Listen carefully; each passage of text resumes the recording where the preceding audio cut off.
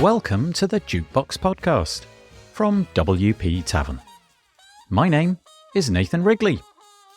Jukebox is a podcast which is dedicated to all things WordPress, the people, the events, the plugins, the blocks, the themes, and in this case, how AI is transforming the workplace.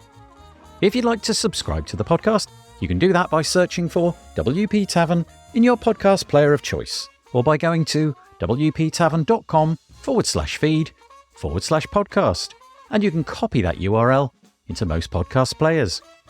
If you have a topic that you'd like us to feature on the podcast, I'm keen to hear from you and hopefully get you or your idea featured on the show. Head to wptavern.com/contact/jukebox and use the form there.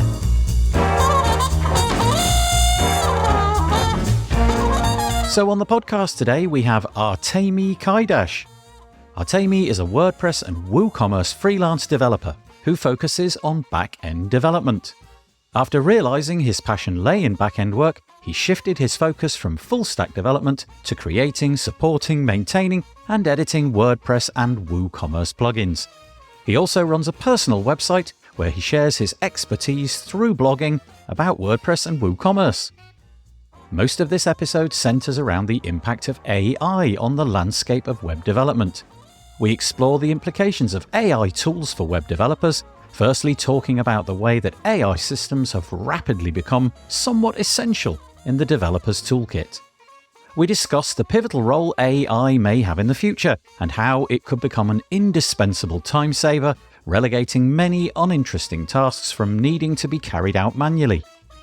We get into the intersection of AI and web development, highlighting the need for developers to adapt and harness the potential of AI tools to remain at the forefront of innovation.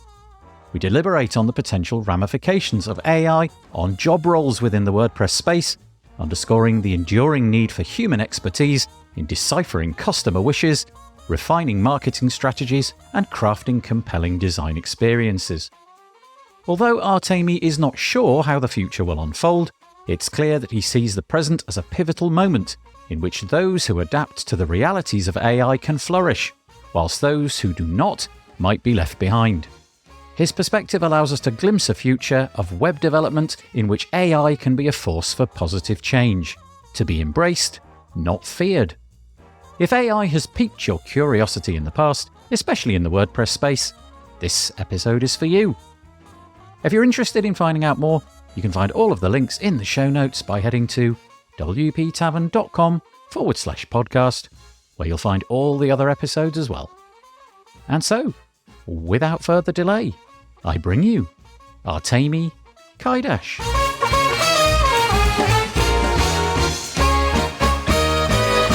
I am joined on the podcast today by Artemy Kaydash. How are you doing, Artemy?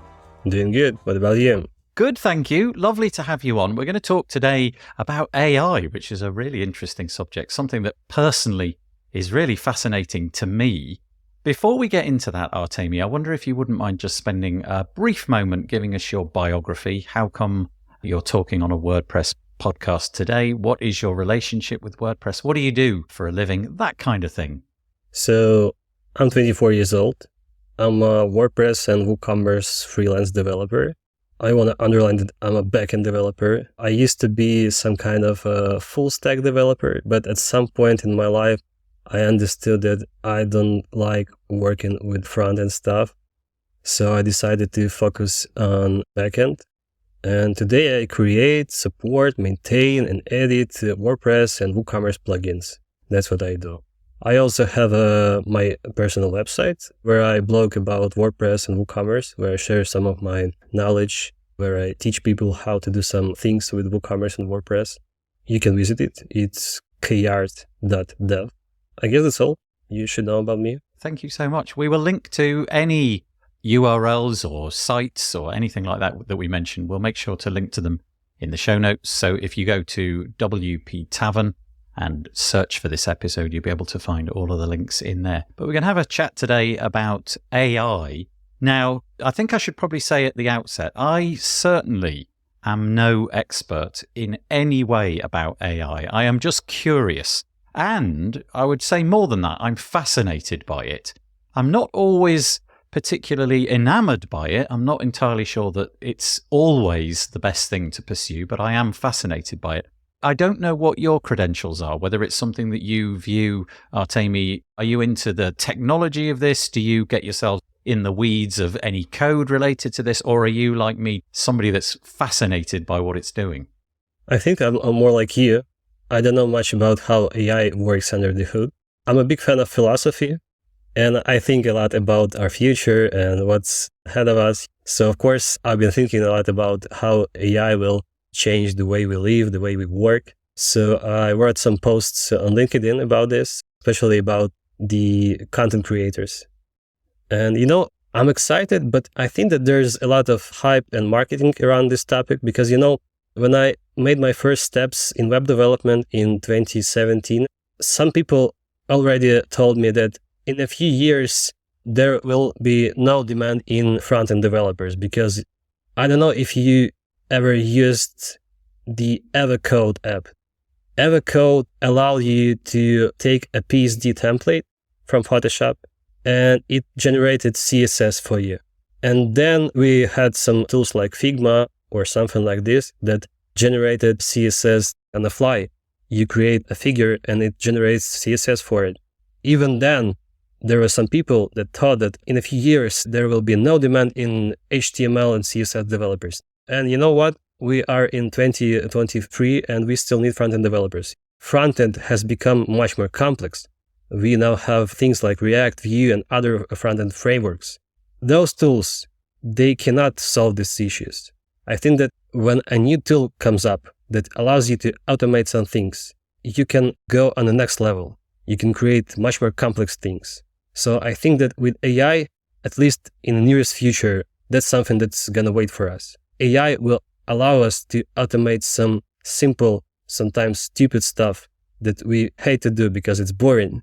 So for example, I don't like writing HTML and CSS. So if ChatGPT will gonna generate HTML and CSS for me, that's great because I want to focus on things that's interested for me. And I don't think that at least at the moment, at least in the state that ChatGPT has now, it can replace me absolutely. It can do some stuff for me, but it cannot replace me fully. That's what I think.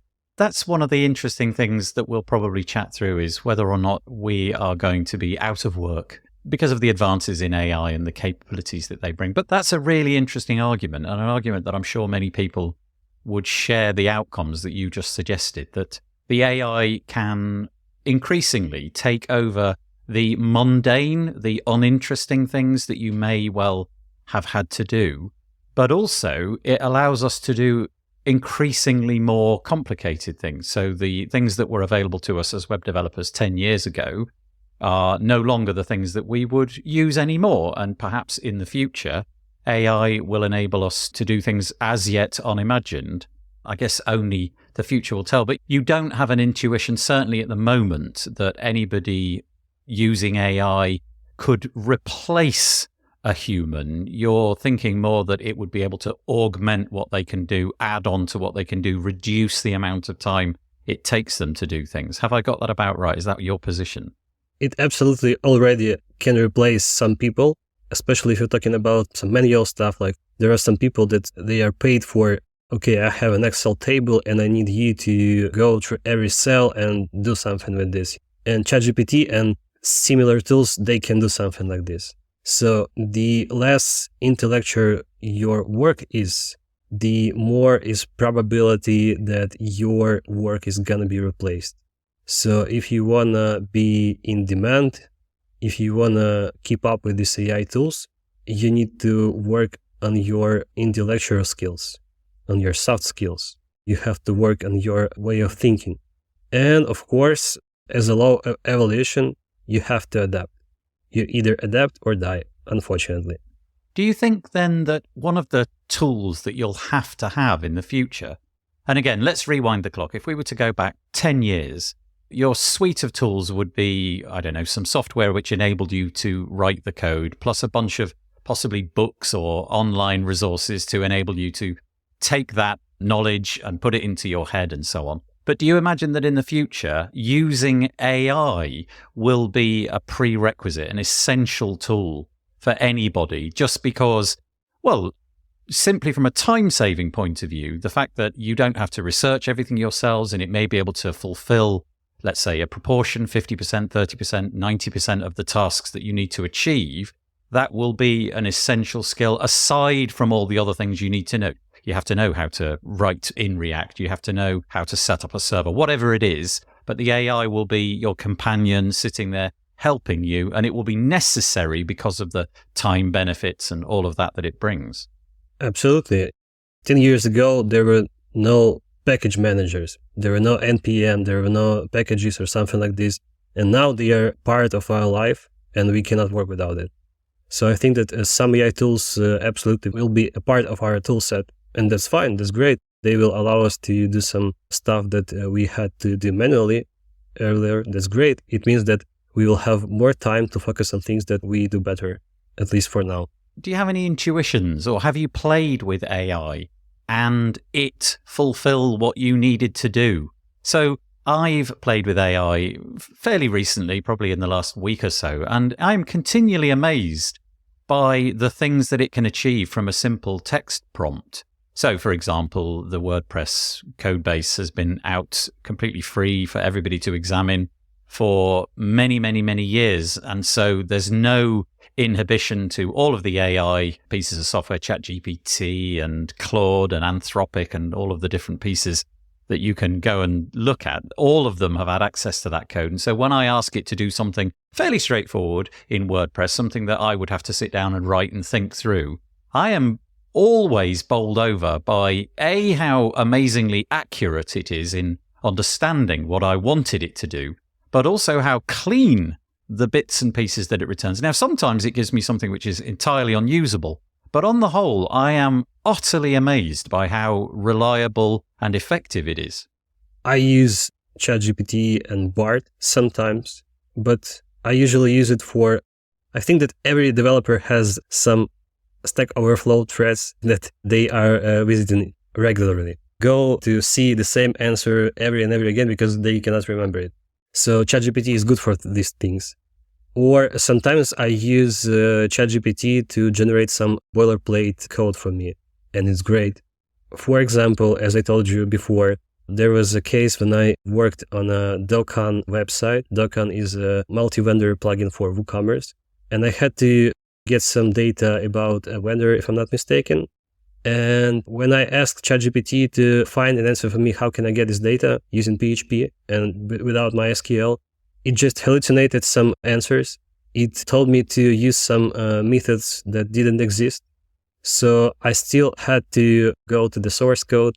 I had to find a class I need, and I had to find methods I need. Or, for example, there are some questions that do not have one single answer, For example, how to structure your code. There's no single answer. How to stylize your code. There's no single answer. How to structure your classes. What should be the relations with each other. There are no single answer for this.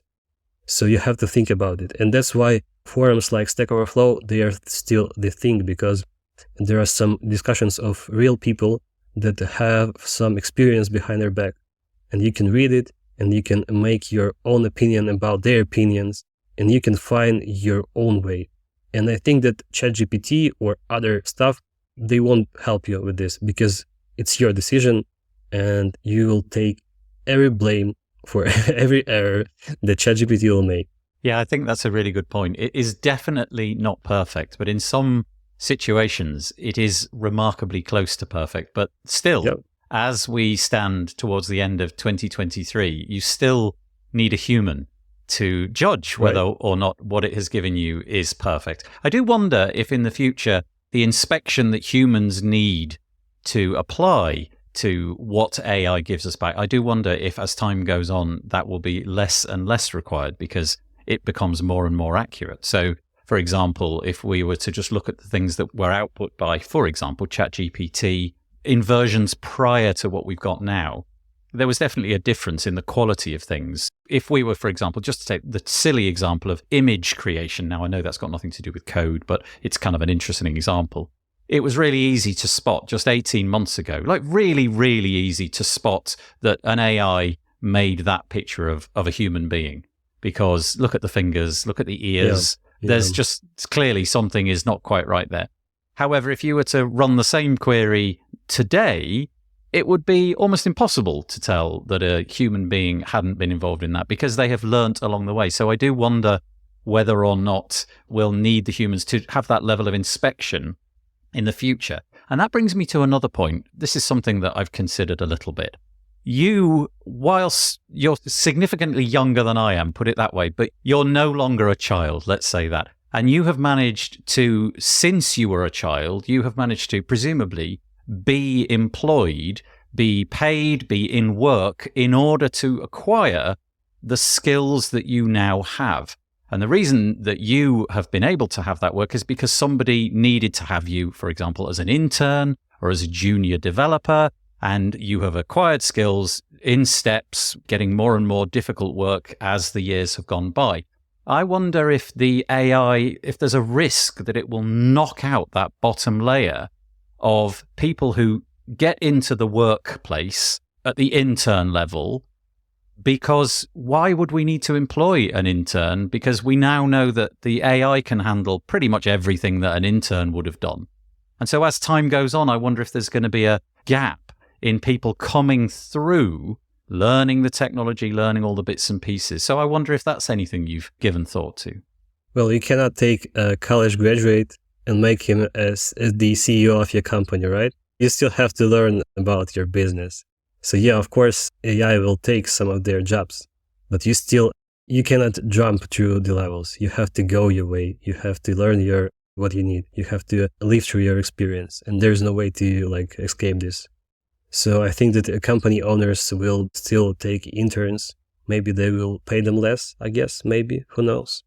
But still, people need to gain their experience. There's no way to escape this. I guess that may be the concern of people who are worried about AI, is that we just have to think through these problems in advance so that we're not 20 years from now looking back and saying, boy, we really haven't had any interns getting through our company, and now 20 years on, we've got nobody left to fulfill these positions. What do we do? That's the people natures, right? Yeah, but obviously in your own business, that's an easy one to fix. You just make that decision. If as a nation or as an industry, we don't consciously think about that, there is a risk that, well, it's okay. The other businesses out there, they won't farm everything out to the AI. So I'll be able to employ people who grew up and went through their internship, and that's fine. But if we're all doing it, then there'll just be this deficit of people. Who knows? Maybe that won't be the case. Let's move the conversation a little bit. And I'm going to mention the LinkedIn post that you wrote. That the URLs for those are far too long to give out. So I'll just say, go to the show notes and have a look.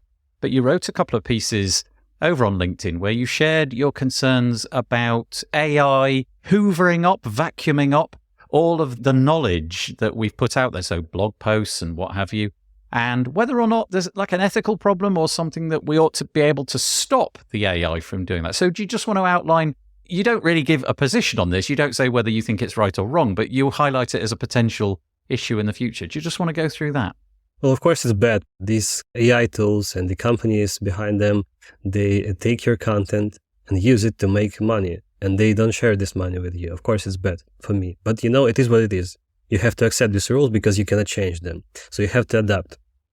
And as I said in those posts, you cannot protect your content fully. And in one of those posts, I mentioned an article on the Register where they cite the CEO of Medium. It's a huge publishing platform, so they have a lot of content. And I'm sorry, I don't remember his name, but he told that, we try to block AI crawlers from our website, but still there are some companies that scrape our data and then they sell this data to OpenAI or Google or someone else. So you can block some AI crawlers, very specific crawlers, but there will come more of them and you cannot block all of them. It's like an arms racing, right? Websites have been trying to block AI crawlers for ages and no one could do this. And you cannot do this because when you create a new wall that they have to go through, you will come up with an idea how to go through this wall, and then a new wall, and you come up with a new idea. So it's a constant process, and you cannot stop it. And I also tell that the only way to at least kind of protect your content is to use some paywall features or something like this, or create a private group or something like this. As I told you before, you can automate these things as well. So if someone really wanna take your content, they will find a way to take your content, and you cannot fully protect it. So you have to find ways to still be in demand. For example, I'm a content creator myself because I have a website, I have a blog, I blog about WordPress, and just like Stack Overflow, I noticed that when ChatGPT has become public, traffic on my website has decreased. Of course, because some people, they don't go to Google anymore when they have a software question. They go straight to ChatGPT or Bart or something like this, and they ask these tools, these questions. So they don't need my website anymore. And those companies just scrape. I think you can find my content in these tools because I wrote some unique articles and they couldn't find any other answers. At least I think this way. So yeah, you have to adapt. And my answer about this is that you have to be unique because your content can be stolen, but your way of thinking, your unique life experience, your unique perspective, and sometimes your craziness, it cannot be simulated, at least for now. That's a really good answer. I like that little bit at the end. This is interesting. So if we were to rewind the clock to the beginning of the internet, I get the intuition that it was a really different enterprise. The internet came around, hyperlinks were invented, all of a sudden things could connect to other things. And then blogging began, and it was a real moment of pride for people to set up their blog and put their voice out there and know that if search engines did their job correctly, those search engines would find your content, and then people through the search engine would find their way back to you. And I still think that although you could argue that Google may have interesting ways of surfacing your content that don't necessarily lead back to your article, broadly the intention of a search engine is to go around the web, scrape it, and then for people to find themselves back at your site. Whereas although I think it's a little trickle at the moment of people who've moved away from search engines to ChatGPT, I can see a moment where the trickle becomes a bit of a stream, and then the stream becomes a bit of a tidal wave, where if you want the answer to something, you're not just trying to find something to read, but you just want the answer to a problem, then I think you're right. I think people will increasingly go to the place where that answer will be given back to you, so an AI. And then the problem is, well, what's the incentive in writing anymore? Why would you write if you know for a fact that the vast majority of people will never see what you've written? It's just going to be consumed by an AI, which will spit it out, give you no credit for it. There is a potential for it to ruin the enterprise of writing content in the first place, yeah? Well, you can think about this way.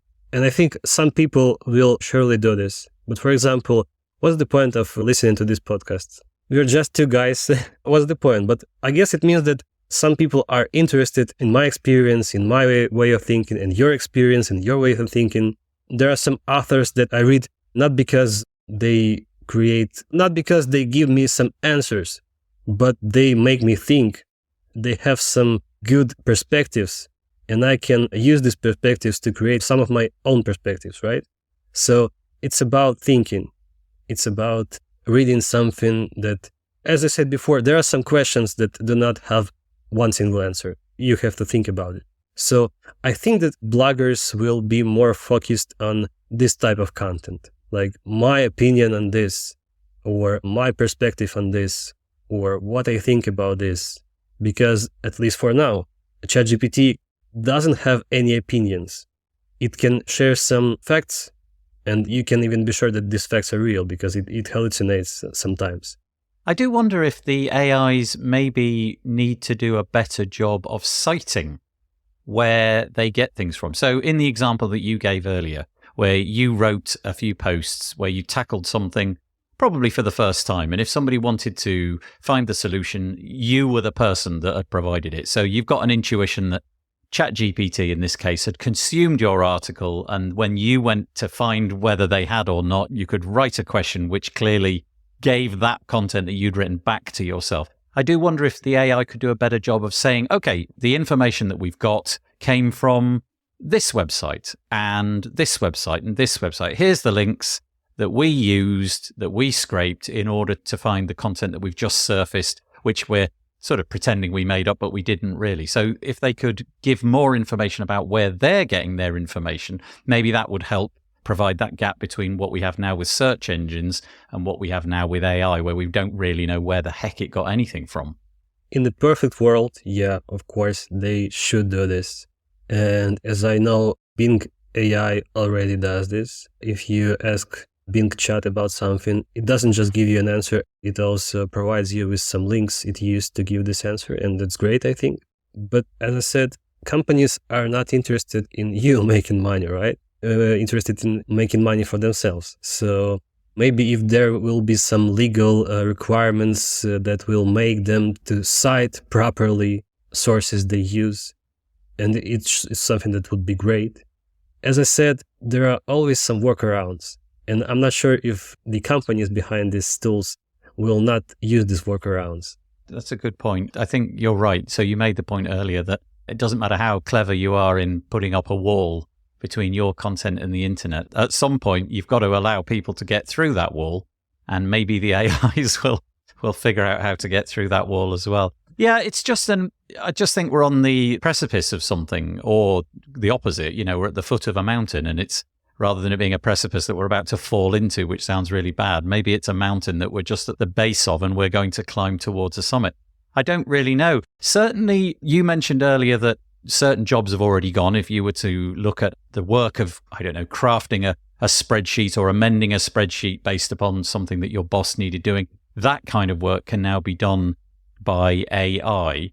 I wonder what your intuitions are as to the level of complexity that is going to be acquired by AI in the next few years. So you mentioned at the top that you're 24 years old. Is there any part of you that's concerned about your job stability in the future? Do you think you've achieved a certain level of expertise where you're immune? Or are you at that point where you're looking over your shoulder thinking, I really do need to keep an eye on this because I'm afraid for my job? What do you think about that?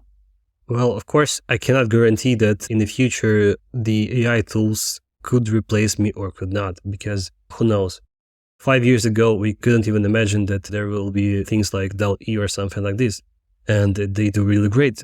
I don't know, I really don't know. The only thing I can guarantee, at least for myself, I'm still gonna be a person I am, and I can work on my soft skills, and I can adapt. Maybe I won't be a WordPress developer in 5 years because ChatGPT will create plugins for me.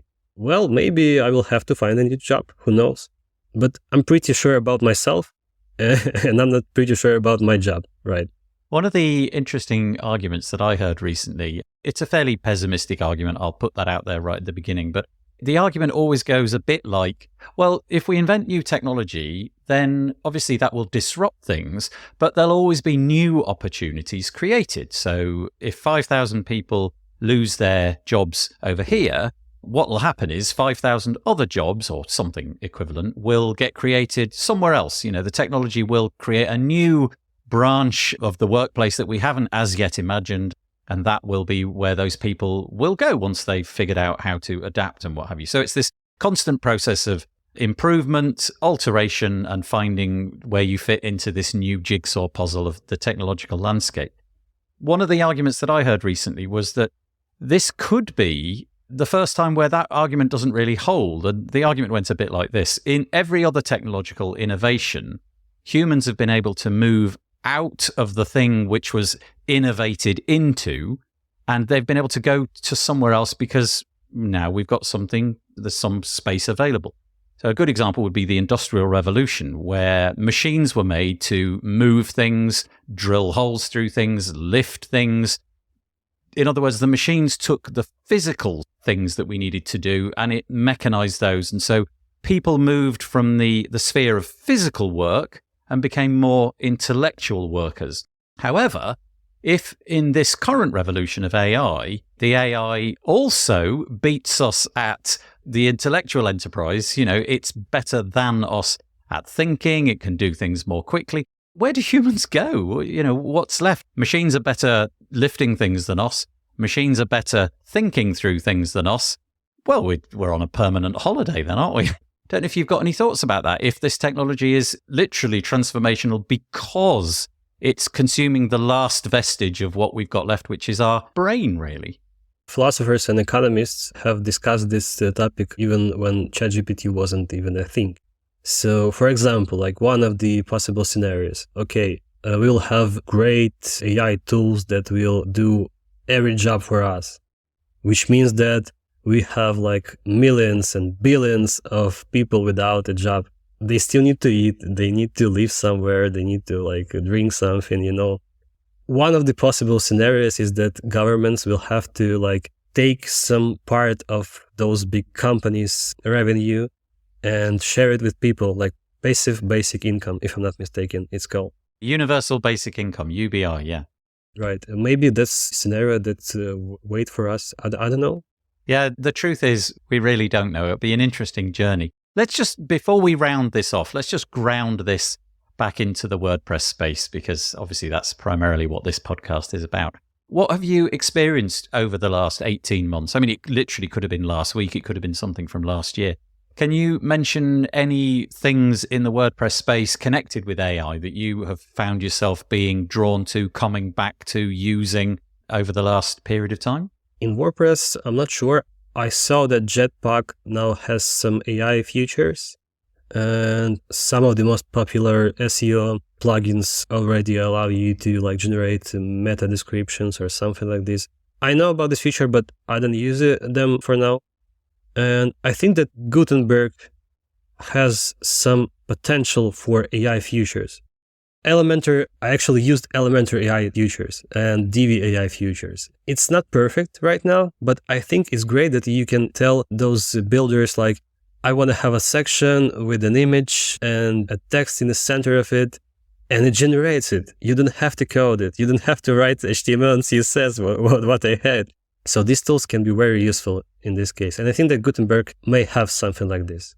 I think the content piece, the creation of content, just getting yourself over the hurdle of that blank page, if it can create some content for you, which then you can tweak, make it your own. But you're right, the whole enterprise of laying things out, once you've done that 100 times, it's probably not as interesting as it was the first time. And if you can get the AI to do those kind of things, and then you adapt it within the tool that you're using, whether that's a page builder or the block editor or whatever.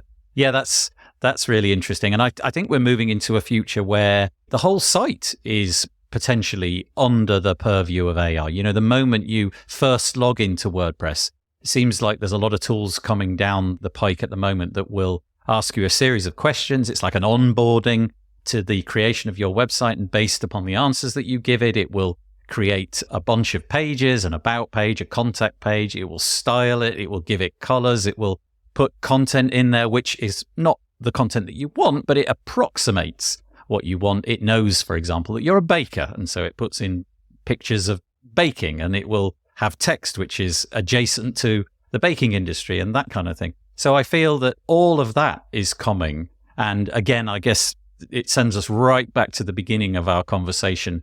Whilst that's brilliant on the one hand, it does also raise concerns about the long-term future of many of the jobs that we've been doing for the last 10 or 15 years, and whether or not we need to adapt. As I said before, we can use these tools as our tools, not like our replacements, right? So for example, if I need a website and I need a good website that's going to attract some customers, I still need to have an understanding of what people are looking for, what are their preferences. I need to understand some marketing stuff, some design stuff. Yeah, I think that if you want a basic website, of course, you can already use some of these tools to create these websites. But they won't be perfect. They won't be so detailed for a specific customers you try to attract. And in this case, you need designers, you need marketers, you need developers that's gonna take this basic website and they will make a perfect website from it. It will allow you to spend less money on this, but you still need an expert's perspective on this. Yeah, I think you're right. It's easy to forget because the things like ChatGPT, because their responses are so really remarkable, it is easy to forget that basically at its heart, it isn't yet, I say yet, it isn't yet intelligent. It mimics intelligence. It's giving us the next word and the word after that and the word after that, or the pixel next to that and the pixel next to that, whatever it may be. And it mimics brilliantly based upon the consumption of lots of previous human knowledge. But you're right, it doesn't cut to the heart of what a human can do. And the human having more experience about, well, it's not just a website. It's a website where we have to throw SEO in because that's a piece of the puzzle. We have to throw in the marketing. We have to throw in what humans do because UX and UI, that's important as well. If we want people to actually make use of this website, it's got to behave in a certain way. It's easy to forget that as of 2023, no AI is capable of taking this job on. It can make things look nice. It can pretend to be intelligent, but as yet, it truly isn't. And so, yeah, adapting, being novel, creating a new future for yourself based upon what the AI can bring seems like the road to go. Artemy, thank you so much for joining us today. Just before we leave, if people have been intrigued by this conversation and they want to talk to you about AI or anything in particular, is there a place where we could send them? I will, of course, link to your website, but you may want to mention that again. But is there a social network that you use that you want to drop? Anything like that? My website contains all social links I use. You can also try to connect me on LinkedIn, or you can drop me an email. Artemy, thank you so much for joining us on the podcast today. I really appreciate it. Thank you.